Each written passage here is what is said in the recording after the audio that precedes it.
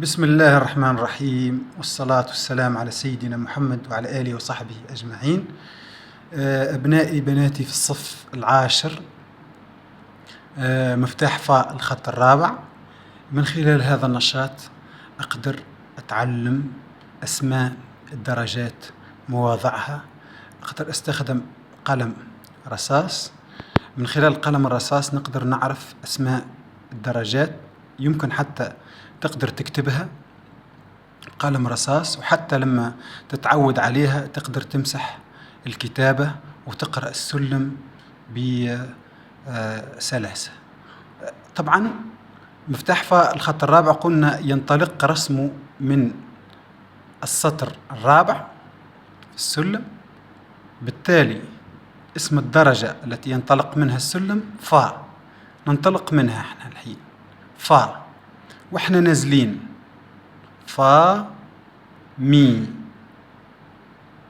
ري، نازلين بعدنا ري مي، رجعنا للدرجة مي فا، هنا رند على الفا. هنا نزلنا بكم درجة؟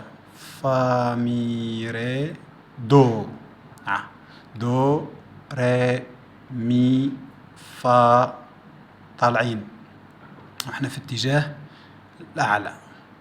زين، بعد درجة الفا شو بيجي؟ فا صول لا، بعد رجعنا لا صول فا مي ري مي ري دو، مي دو، قفزة ثلاثية هنا، مي دو، سكتة بوقت، سكتة بنصف وقت. هنا قبل السكتة شو عندي؟ دو، خلي في بالي اني هذه دو بعدها تيجي الري، هذه ري، نزل مرة الى دو، عشان نعرف الدرجة هذه اللي انطلق منها السلم، انطلق منها رسم المفتاح، مفتاح فاء. مر السطر الثاني، خلي في بالي ان انا وقفت على الفا هناك، فا مي ري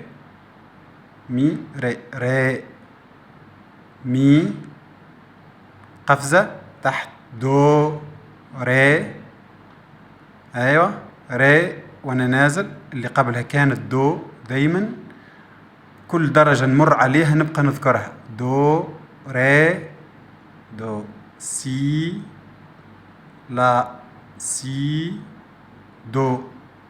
دايما الدرجة لما تكون عندي قفزة نخلي في بالي يعني التدرج بين الدرجات. تحت السي شو عندي؟ تحت الري شو عندي؟ تحت الري دو، تحت الدو شو عندي؟ سي.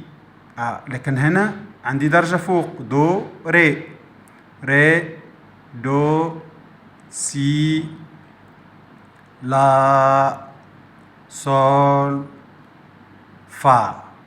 هنا الفا اللي هي في القرار، الصوت الغليظ. الحين راح يبدأ طالع، فا صول لا سي دو، سكتة ري مي، يستقر على فا بشكل بلانش. بعد الفا هناك شوف، فا صول لا صول فا، سكتة مي ري دو ري، سكتة مي فا، يقفل هنا على درجة الفا.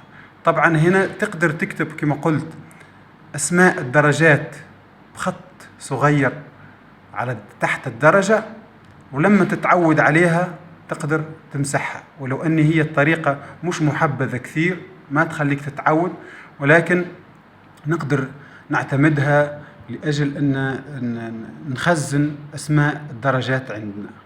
وشكرا.